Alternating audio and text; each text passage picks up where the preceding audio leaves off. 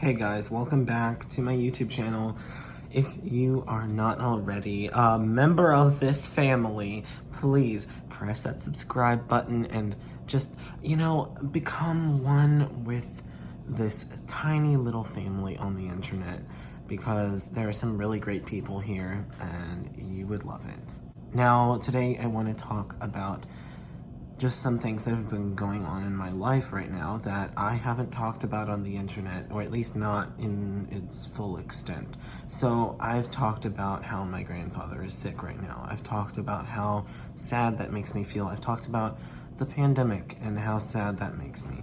But I haven't talked about this little pandemic story that will probably make you just as frustrated as me, and if not, then I don't like you, because you'll figure out why. You'll figure out why I went to that extreme in just a second. So basically, I went recently to visit my grandfather at the hospital where he is currently being taken care of right now. And when I was waiting in the waiting room, because that's what you do in a waiting room, I was just on my phone and I was minding my own business, just playing a game. I had my AirPods in. I wasn't doing anything too intrusive. I wasn't doing anything really. I was just waiting there.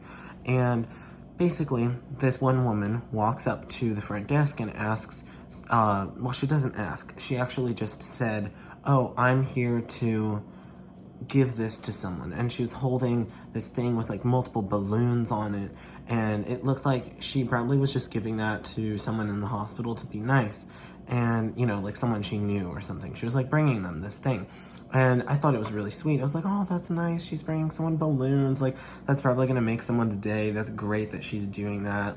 I was really happy about that, in my mind, because I was eavesdropping, of course. I didn't have noise canceling on these AirPods. I had the transparency mode turned on. I could hear everything around me, and basically I was like, oh, that's really nice. And she's talking to these people in kind of a rude way. Maybe she was just having a bad day. I understand we all have bad days. We all, most people who are visiting someone in the hospital are not happy about doing that. I get it. It's not a happy place, especially during the pandemic. And she was saying, I'm gonna bring these up to someone who I know who's in the hospital right now. And they said, "I'm sorry, ma'am, but you aren't allowed to bring those in here because of the pandemic.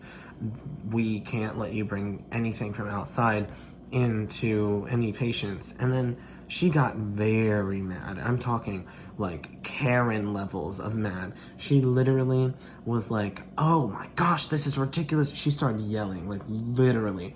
She was so loud. I had the noise cancellation on my earbuds at this point because she was just being so loud and annoying.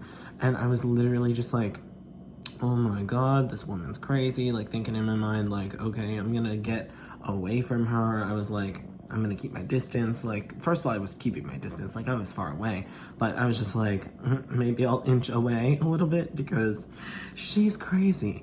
And she was yelling at these people and saying, "Oh, this is ridiculous. I always did this through the entire pandemic when they were here in the hospital, and I brought them all kinds of things, and they didn't talk about it or care in any way, and you're just being stupid." And then she goes on to say, everyone during this pandemic is being so stupid. She's like, "It's not as big of a deal as everyone says it is, and you're just being stupid. Everyone here is so stupid for following all these guidelines and rules and blah, blah." And the entire time, I'm thinking, oh my god, I'm literally here to see my grandfather who's been in the hospital with coronavirus, and this bitch over here literally has the audacity to start saying that the pandemic is fake, or at least making it seem like it. It's not always about what you say, it's about how you say it too. And, this woman's probably a Trump supporter. She probably seems like one of those people who's oh, the pandemic's fake. It's not real. She was down talking this whole pandemic, literally, just because they couldn't let her bring these balloons upstairs in the hospital.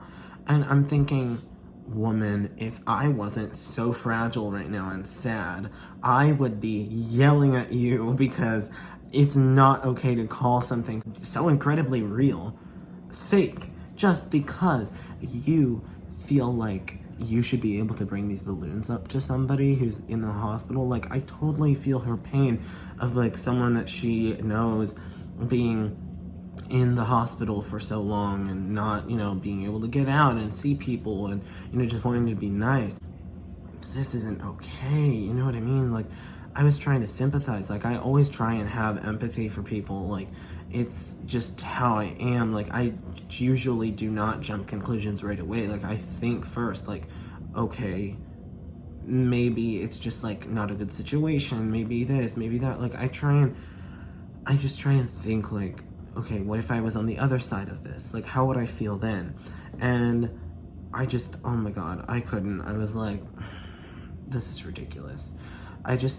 It makes me so angry when people just down talk the pandemic, especially now. Like, it made me angry before my grandfather had coronavirus, just because I knew it was like real. Like, there's so much about it that's real. Like, you cannot deny the fact that this exists and that it's a horrible thing that we need to deal with and figure out how we can manage. But it's just, it really hurt me. And honestly, like, if this woman for some reason somehow watches this video, just know that I'm not mad, but like, don't do that, because you never know what someone else is going through. And I mean, I'm not trying to play the pity party kind of card, like, oh, you need to feel bad for me, but I'm not, like, I don't need anyone to say, like, oh, like, I'm so sorry that they hurt you, and blah, blah. Like, I'm not that fragile. I can be. But at that time, I was just like, I was just so angry. If I wasn't about to cry because I was thinking about my grandpa, I would have given that woman a piece of my mind. And, yeah, it's just, I don't understand why people need to be so ignorant. Like, there are literally so many facts about the pandemic and about how real it is. People are dying. So many people have died already. And so many people are sadly about to die because of this.